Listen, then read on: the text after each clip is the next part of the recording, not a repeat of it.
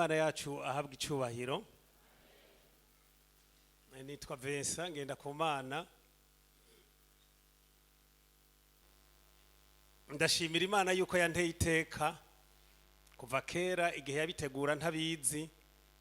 ngaca muri byinshi cyane. Ba papa wanje n'aba mama wanje n'abasogokuru banje mbere n'abasogokuruza nabo tuvukana bamwe bamwe bagapfa batazi Imana rurema. Magabo jeho Imana ikangirira ikigongwe, ikankwegera, ikantera iteka, ikangira umwana wayo, ikangira umukozi wayo, kandi n'ubunyene nkaba ngomba kuyikorera shikiriza ico yandongikanye mwebwe itunga ryayo. Imana ishimwe. No kuvuga rero ndanezerewe yuko Imana ifashije ikamshikana kuri no munsi naho ntamerewe neza, mugabo jewe numva taco bitwaye kuko ivy'Imana yagombye biraba ko bikunda ko ngenda. Hanyuma no kuvuga twebwe abantu bamaze kumenya Imana tuba turi mu ntambara, ariko abatarayimenya nabo ikiba kiri imbere yabo nuko nabo bayimenya. Twebwe rero abamaze kumenya Imana hariho isi na Satani n'umubiri wacu bitwamiza mu ntambara mwijoro no ku murango, ku buryo niyo twoba dusinziriye dusanga twarose bitari byo. No kuvuga tuguma turi mu ntambara, ibitugwanya ari byinshi. Hanyuma ijambo ry'Imana naryo rihari ryatanzwe kugira ngo abizera Imana bagirabemwo, ariko n'abatarayizera Imana ni ryacu twese. Nico gituma rero rica rihaba, mugasanga muhamagagwa kuwa kane kuza, mugahamagagwa kuwa gatandatu kuza, aho bakoranira hariho hose singaha gusa, mugahamagarirwa kuri mwene yindi misi twitiya Mungu kuza gukorana, no kugira ngo turonke inkebuzo Imana idushitse ko ico yateguye kidufasha kuzogenda turagwana muri izo ntambara twamamwo za misi yose zijoro n'umutaga. Hanyuma ijambo uno munsi dusangira habayeho ijambo ryo gusenga, abandi batanze baratanga urufatiro, nanje nkagitandika kuba gusenga nyene n'uno munsi n'ubunyene muri uno mwanya tuvugana ku bijanye no gusenga. Hanyuma dusome amajambo y'Imana ari mu butumwa bwiza bwa Matayo igihimba ca 15 mpere ku murongo wa mbere shikane ku murongo w'9. Yesu agaya inyigisho z'abafarisayo. Maze abafarisayo n'abanyabwenge b'ivyanditswe baza kuri Yesu bavuye i Yerusalemu, baramubaza bati, niki gitumye abigishwa bawe barenga imigenzo twabwirijwe n'abakera ntibakarabe iyo bagira bajye? Gatatu, nawe arababaza ati, none mweho niki cyatumye murenga icyagezwe cy'Imana kubw'imigenzo yanyu? Kuko Imana yavuze iti, wubahe so na nyoko, kandi iti ubututse se canke nyina ntazabure kwicwa. Ariko mweho mugira mutu muntu wese abwire se canke nyina ati, cyo nari kugufashisha nico nzoshikanira Imana, ntiyubahe se canke nyina. None mwatituye ijambo ry'Imana kubw'imigenzo yanyu, mwanjyajyamwe. Yesaya yavuze neza ivyo yavugishwa n'Imana kuri mwebwe, ataba abantu banyubahisha iminwa yabo, ariko imitima yabo iri kure yanje, bansengera ubusa, kuko inyigisho bigisha ari vyagezwe n'abantu. Nja gukorera cyane, guhagarara cyane kuri ijambo rivuga umugenzo, imico, ibi mubona aba bafarisayo n'abanyabwenge b'ivyanditswe bari bahagaze ko cyane. Kubera wa mwanya twavuga duca tugerageza tukaraba ko twonyarutsa. No kuvuga abafarisayo, abanyabwenge b'ivyanditswe bari abantu bakomoka mu ruvyaro rwa Aburahamu, kandi tukaba tubizi yuko Aburahamu yatowe mu muryango w'iwabo kwa se no kwa nyina no mu gihugu y'abamwo Imana imwimuye igomba ngo izomuhindure ihanga ryayo rimenyekanisha izina ryayo kuko abandi atari ko bari bameze basenga ibigirwamana bakaba ari byo bashingira intahe Imana ikaraba ati izina ryanjye rizozimangana kuko ataba ariho bariko baranshingira intahe igacitora Aburahamu akiri Aburahamu gushika agendera ahabwa amasezerano uko bukeye uko bwije gushika vyare Isaka kandi wo Isaka ni Imana yari yamusezeraniyemwo umugisha niho yari yateguye ko uruvyaro rwe ruzozana narungana n'umusenyi wo ku kiyaga bamutse rero aho no kuvuga biraboneka bibiri yuko nyene bavuga bara abanyabwenge bivyanditswe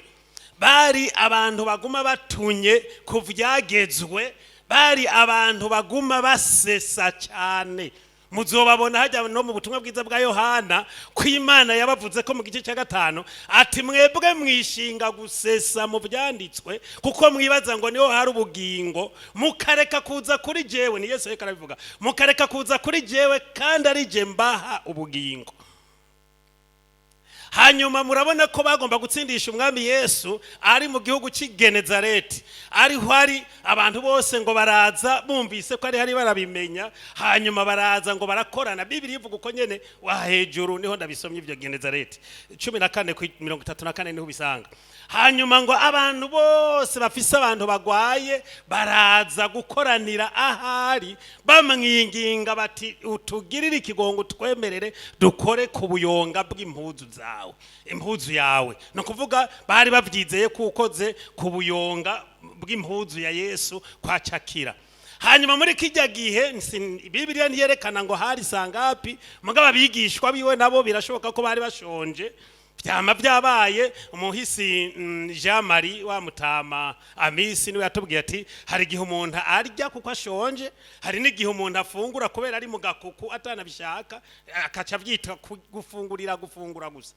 atari kurira inzara ntawe ubizi nabo abo bigishwa mugabo ibyo ari byo byose nta myanya bari bafise usanga n'ugusonza bari bashonje hanyuma bamyoza rero ingano sinzi ko muzi ngene bazimyoza kajya kantu ushobora gushikura hanyuma bagaca batangura kuzijya ngo badakaravye hanyuma abafarisayo wumva bahaba ishinga gusesa mu vyanditswe baca baza bakegera Yesu kuko bari abantu bakuru uraza umuntu mukuru ariko arakwiyumvira ko wewe umuntu mutonye iyo utagiri ubuntu canke nawe ngo abe ahagazwe ko n'ikiganza c'Imana ntiyigera abona ko wewe hari ukuri ufise burya imisi yose ukuri kwamanwa n'abakuru abantu baganza nibo bamana ukuri kuko niyo ubirenze ko werekana ngo uri n'ukuri kwawe bari n'ubasha bwo kuguhana bari bakuru rero bararaba Yesu bakamwitegereza bakamubona nk'umuntu asanzwe nk'umuntu mutonyi ivyo nivyo bamwagiriza n'igihe hajya mu butumwa bwiza bwa Yohana igihimba cya 3 aho yari karababwira ati ni mwaba bigishwa banje by'ukuri muzo babidegemvya bagacamuraba bati wewe peti twebwe dusanzwe turi uruvyaro rwa Aburahamu twebwe we wa mwana we ushobora kuvuga gute ngo tuzohabwa kwidegemvya dusanzwe twidegemvya nta muntu numwe turajakarira twe ntituri abajana genda kivuga ukundi konto ndakiretse mugabo Yesu nagacabwira ati murahumba kuko ukora icyaha wese wamira mu cyaha wese no muja waco ntimwihende ntimubeshe no kuvuga rero barahagarara ahantu bakamwitegereza amagati none erega uri kuratugora uri kuratwononera imigenzo yacu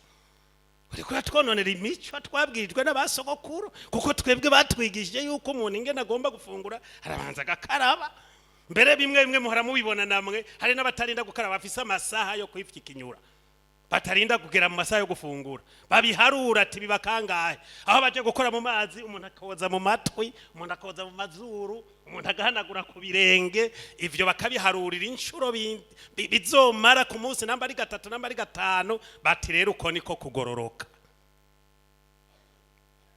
ati rero abo bantu babigishwa bariko bararenga ku mico twigishijwe ni kubera iki hama rero Yesu nawe agacabaza ati okay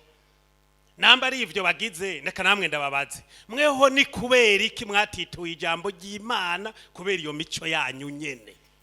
iyo migenzo yanyu ko yabatumye mutitura ijambo ry'Imana mu vyagezwe Imana yavuze ati umuntu atutse se canke nyina ntazabure kwicwa kandi abarenga ntabwo ngosanga atavyo muzi barabica bagapfa cyarazira ko mu Bisirayeli batunga ibigaba umwana ngo naramuhanuye ngo namubwira tahe kare namubwira dusome ijambo ry'Imana yarananiye yama yitahira saa 4 ukavuga iyo jambo yarananiye mu Bisirayeli ntiryavugwayo kuko ivyagezwe vyavuga bituye umwana nazanwe n'abavyeyi biwe icyo byasaba kuburinda kuko yo muvyeyi yiwe niwe watanguzi w'ijyambere wamushikana imbere y'abantu imbere y'ikombe ugacumure gatuye umwana ndamubwira ibindi yumva ndamubarira ibindi yumva mvuze uko undi yumva hina yihasikiye ati sawa rero none nukuri yego nukuri tumwice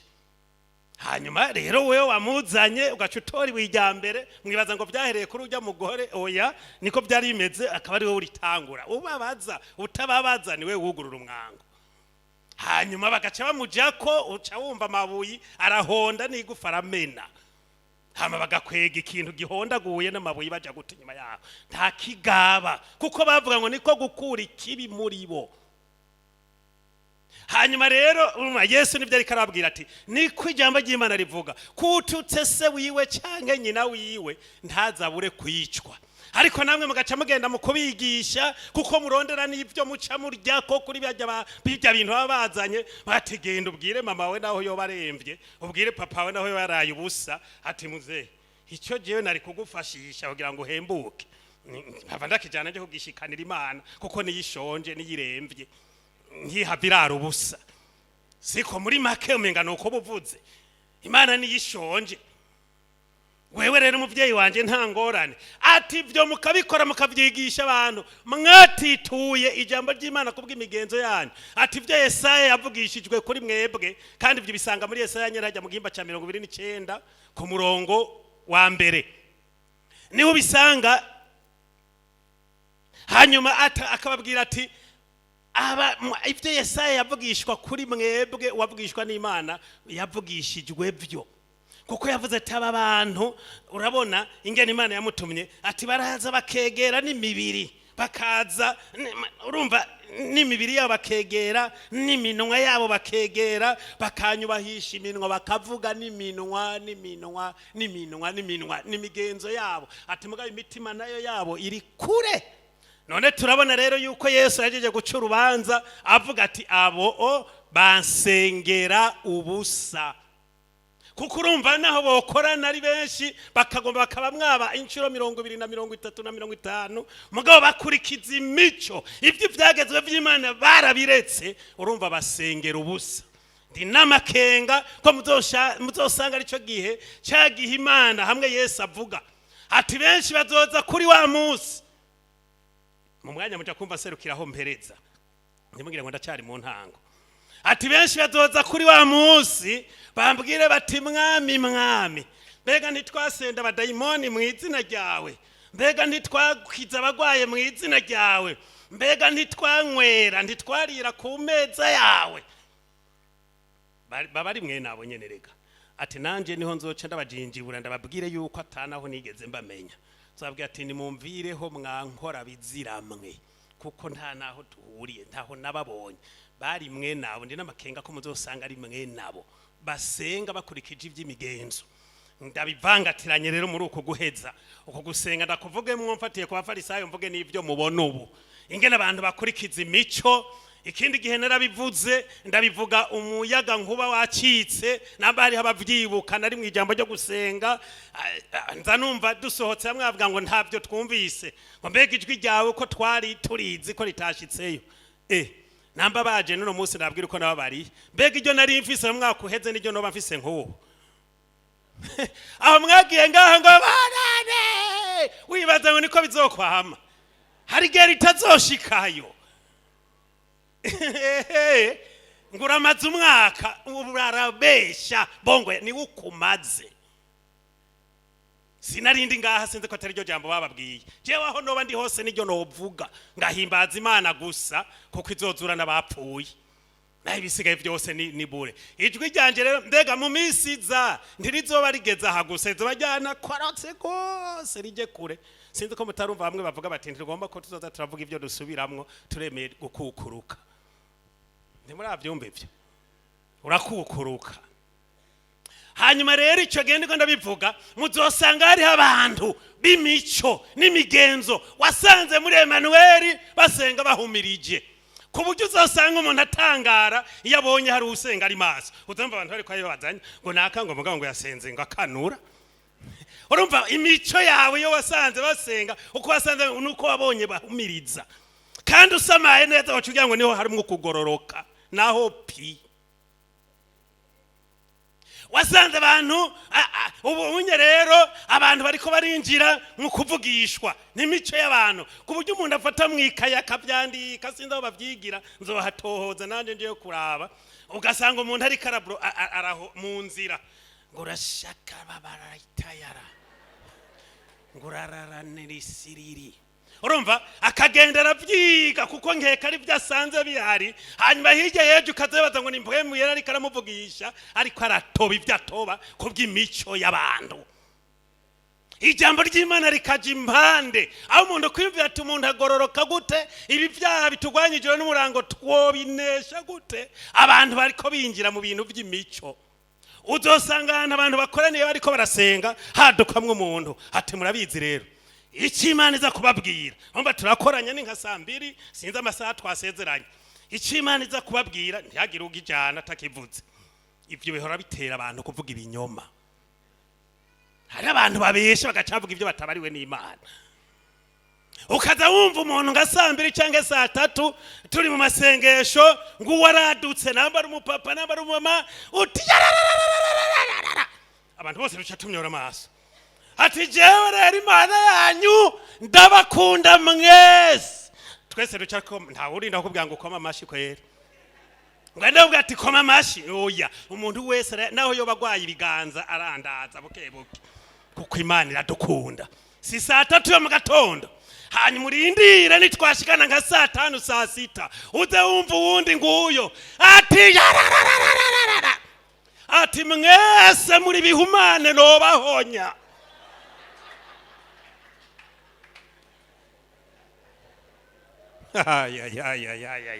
None Imana yavuze mu gatondo niyisubiye 7:00 kwe niyijya nyene niyo yadushimye mu gatondo igomba kuduhumugishira dukunda mugabo 7:00 igomba itumare. Ni mico y'abantu, abantu nivyo bariko barakurikirana, nivyo bajanamwo irikiratitura ijambo ry'Imana, ko abantu bagenda kuvugishwa ibitari ivyo batatumwe atamana ibabwiye. Umuntu agakoresha ibishobisho, agakoresha ivyo yiyumvira, agahura mbere n'izindi mpwemu mbi atari mpwemu yera. Yesu rero ari karabigaya ko muzosanga dusengera Imana ubusa. Igihe Yesu yaza no kuvuga musanga musomye ijambo ry'Imana icyari gihambaye cyambere cyakoresha abantu ibyaha nuko abantu basenga ibigirwamana. Nuko imiryango itandukanye, namba uriya muryango usenga ibuye, namba uriya muryango usenga igiti, namba uriya muryango usenga izuba. Ivyo byo gusenga izuba byo n'ukwezi ni kugwego mpuza makungu. Bamwe nkeka ariko twabyigishijwe. Kandi niko mugaye ibi bito bito byo gusenga intenderi n'ubundi woho burabusanga bazifise mu byumba. Bya bindi bita ngo nukumena umutwe ndavyo mwibuka. Umuntu bakagenda bakamugurira amacumu. Ndibuka ko nakiriye umwami Yesu ari cyo ndiko ndakora. Mushikanje twicaranya ahantu ati genda rembye n'abadayimoni. Nanje bari buzuye mu nzu yanje barabarahinda nk'amakamyo. Sinzi gituma ari zona cengaruka gukoreramwo nzosaziramo. Ikamyo kumvira kirahinda mu gatwe kintu cyange munsi yaho ujyamye. Asanga turiko turagira inama ati tubigenze gutari umuntu bavuga ngo ni kwa Mana idahwera ngo ni bubanza. Niko navyumva. Nitwaye tuzi nkeka yari umusenzi. Turiko turiga rero ingene tuzojeyo nyamukobwa aseruka muhira ngo masaha mu y'ijoro ati ntimwirirwe muri igora iwacu hajya mu gitaramo ko dusengera bavuga ubutumwa bwiza bagasengera abantu bagwaye abadayimoni. We yari yaramaze kubakwa kuvuga ko ari abadayimoni. Uraze ko ahandara abavyeyi warengeje uvuga ati nituka ari boho sibyo ati muze barasengera abagwaye abadayimoni bagakira bagasengera abarozwe bagakira. ico gihe nari mperutse kugenda aha kwijabe ndamuzanira intendere ari we yayintumye hariho amacumu ajya y'amashami hariho amacupa bamwe inzoga ryacinzano murazi ko ryo umuntu ashobora kurigira imana akaritereka ahantu akarisasira uruyange akarikorera neza iminsi yose agomba gufungura akabanza kujana nambara akanyama nambara ivyo ariyeko akabanza agaterera impande ngaragaburiye imana aco cyahora gituma batabizi namba hari umuntu mumaze gusangira ukabona hakorotse ubugari uri kurajya namba ari ubugari sinzi namba ari uburobe ngira nuko ari byo nkunda muzaba muri ko murajya umuceri cyangwa umuhuba sinzi abonye hakorotse kimwe acha kubwira ngo shirako nico kindi gikurikirana kuvuga hakorotse umwumbati namba uri kukoza ibiharage ucushirako nibiharage ngo nabakera bagusavye niyo bizanana kandi nibyo byatumye ujya Mishayeli na Beruteshaza bamwe bahindurwa amazina ngo ni Shadraka na Meshaki murazi ko bari bahinduwe kuhabwa ajya amazina i Babuloni y'ibigirwamana byaho nibyo byatumye babwira ujya muyobozi mukuru yaratumwe n'umwami kumubwira ko batazobijyako hati twebwe tuzoga insoromano kandi uzosanga nuko babanza kubicana imbere y'ikigirwamana kubihezagiza kugihako kijya kigirwamana kikabanza kikabijyako cyane kikabinwako kandi ndikigira umunwa wo kujya utererayo bamakazoja kubikurayo byumye wongera ukubura ntikirya ivyo abantu bakabigenderamwo kandi bakagenda imbere y'Imana bagasenga jewe ndi umukatolika jewe ndi umuemanueli jewe ndi umupentekoti jewe ndi amadina kagwanyana bamwe bati bajya nabukuri abandi basabukuri abo ntitwogenderanira ari migenzo gusa y'abantu abantu bakihagarara ko jewe ndi Yohana n'izina ry'ubukirisu mugabo waraye uriba rimaziki jendi Marita ya jendi Mariko ushaka kunyita umupagani mugabo waraye urasambana uri umubandi none rimaziki iryo zina imico y'abantu abantu n'abicanya abantu urumva abantu bakajya ntibahage kandi badasiba mu rusengero ijambo ry'Imana ryama imbere yacu iminsi yose igihe cyose ndibasi ndashima mwene ajya satani ni kintu kibi ntagira uzofyina ntagira uzohagarara ahantu ngo satani tumukanyaga chini ukacumenga nyene wa mukanyaza iko chini ya mugu wako nkeka bibaza ngo murangana ntimuvukana sinkabajya abantu bajuzi ko hoteli ngumu gucya agaca henuka oya ntavyo twoshobora tunamukanyaga ni Yesu wenyene niwe yabishoboye aramuzibya ati agacangwa mwaka nifunguro zikuzimu ati nabo wari uteye ubwoba ubateze ubwoba urupfu ndarutsinze no kuvayo ndavuyeyo agacazuka uburera byagiye amajaye ngo ari buryo bw'Imana ahora aradusengera imisi yose ico bikora muribuka ko yavuze ati ntazi umunsi azogarukira mugabo gaca tumenyesha ibimenyetso ati nimwaboneki ntihazoba haragera nikakujya ko umumama afashwe n'imbanyi hatangura ibise rero ntibizanana n'umwana bitangura kumurya bitangura hotora umuntu agatanga agashinyiriza naho wowe uri umupfasoni wagute emwe naho wowe uri umuntu naho wowe uri umudamu w'umukuru ahambaye ku isi igise uzoza wumva rero nongere nkebura abasenzi ukazumva ngo basengera umuntu ariko bise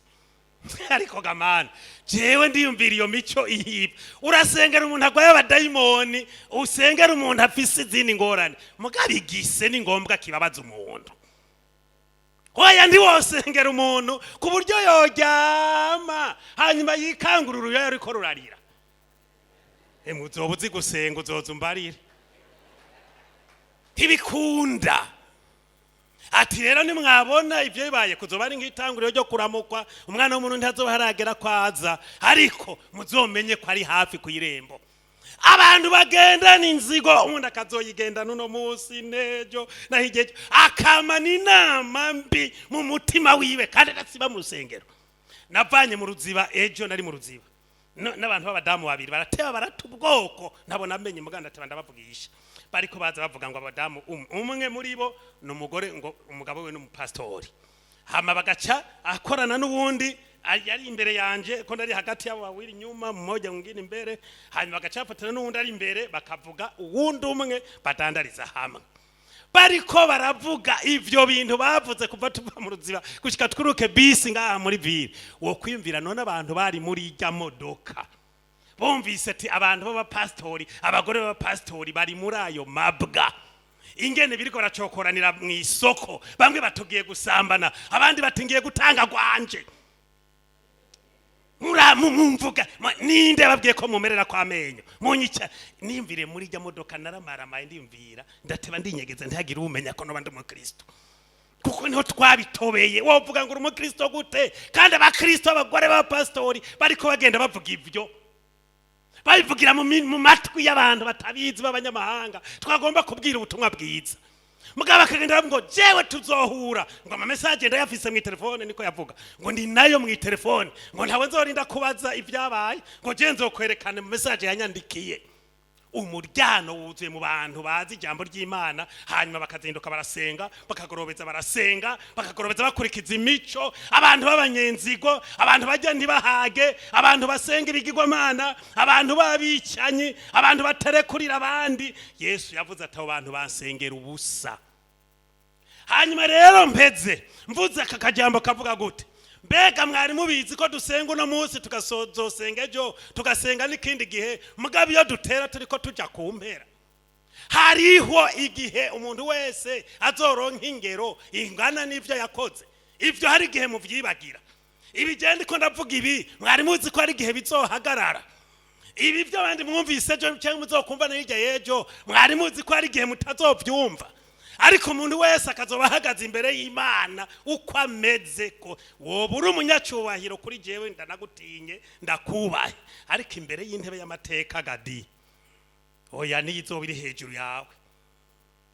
burya nawe uzokwepesha ico yakoze akaba hariho ico wiyumvira bwe muyera rikarakwagiriza ico kubwira ati ivyo bintu sivyo uhindure kugira ngo isenga ryawe nkuko hariho wabisenze ngaha yaje kuvuga ati shikanwa ryacu ntiribe nk'irya Kayini ariko ribe nk'irya Abeli kuko irya Kayini ntigemewe ariko irya Abeli ryaremewe kandi Kayini yaragabishijwe ati Kayini cyakibunze ku muryango mbere niwe wenyene kirondera ubwo ntiwogerageze ngo urabe ingene wokinesha mugabo ntivyakunze gushikaho yoshwa n'irya nyoshambi akica murumuna we Abeli kandi agacaronka igihano cyo kuzopfa yerera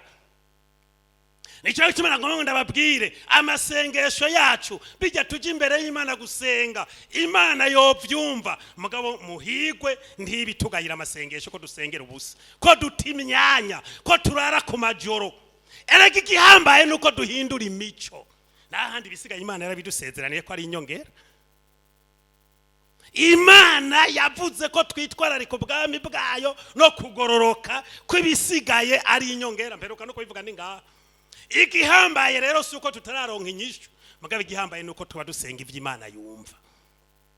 igihambaye nuko tuba dusenga Imana ikatwishura ukaba ufise rero ijwi rikwagiriza ati jewe ndazi ibi naka ntitubana hariho nari nibaza ko ntazopfa narahariye yankoreye ikibi singomba kuzomuharira ahubwo icompa nawe akagira ingorane abantu bakipfurizanya inabi wamuririmbye ngo abantu ngo bagirane naramwibagiye umuntu yasenze avuga ngo abantu ngo basenga bisengera bakagirane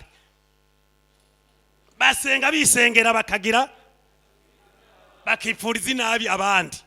bati naka yopfa bere naka nabijya vyaha byiwe icompa nkabana biriko biramuteteza bimuhotora iryo sengesho sinabizi Imana ndishobora kugishura mugabo ntuburi kurasenga by'ukuri duhindura imico niko gusenga kwacu nico niho Imana itwumva nico gituma nagoma mvuge ngo ndarangije babaririmbye ubuhonkeka bihanganye niho bakiza burya je ndahejeje hanyuma mu guheza ndakubaze akabazo igihe uzoba uhagaze imbere y'intebe y'imanza y'Imana ubona uzoba uhahagararanye iki uzobazwa ikibazo ucishure ngo iki. Hari ico upfa na mugenzi wawe, hari ibyaha wakoze, hari ibyakunaniye guheba. Ndagusabe ukoresha ubwenge wiyumvire, hanyuma haguruke dusenga Imana, kuko niyo yonyene yo gutabara, naje yonyene niyo yontabara. Kuko ikintu kibabaje muri ibi nuko nabakoze ibyaha usanga umuntu wese yihagarariye uko agomba, sivyo? Umuntu gasanga nta bwoba afise, nta nakantu na gatonyi gakoma mu mutima, yamira muri byo mugabo nta bwoba na bukenyagira. Ariko abantu twari dukwiye kurira, abantu twari dukwiye kubabara, tukarira amasozi akwiranye angana n'ibyaha twakoze. Umuntu wese akumva ko yishishitira, umuntu wese akumva ko atari mwiza imbere y'Imana, kandi akamenya yuko atagihishijwe imbere y'Imana. Ndabahaye kaze badi, ndabinginze mu izina rya Yesu Kristo, kugira ngo muze dusenga Imana, muze dusaba Imana, kugira ngo yoroshe iyi mitima yadadaraye yumye, y'abantu bakora ibyaha ntibumve ubwoba, y'abantu babijya nk'umutsima ntibumve ko bibabaje, y'abantu buce bajya muri gehinomu kandi barumvise ijambo ry'Imana. Mu izina rya Yesu Kristo ndabinginze muze dusenge. Mukiza numvise ijwi ryawe ry'imbabazi, rimpamagara ngo noswe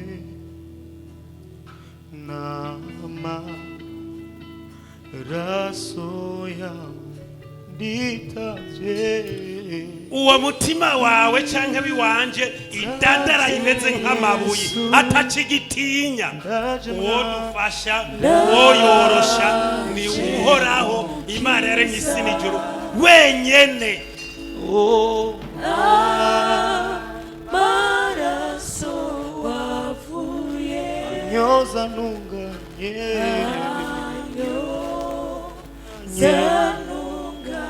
ndazi ko mfise ibyaha byinshi, ndazi ko mfise ibyaha byinshi mu mutima, byose ndabikuzaniye,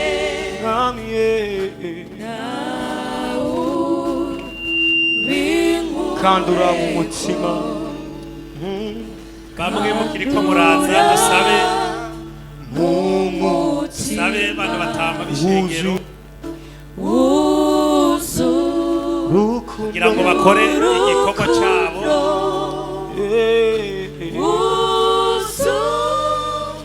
Ariko namba hariho n'ubundi agifise ijwi rimwagiriza, vyoba ari byiza ko uryumvira, ukumvira mpwemu yera. Nitavye Yesu ndaje mwami, ndaje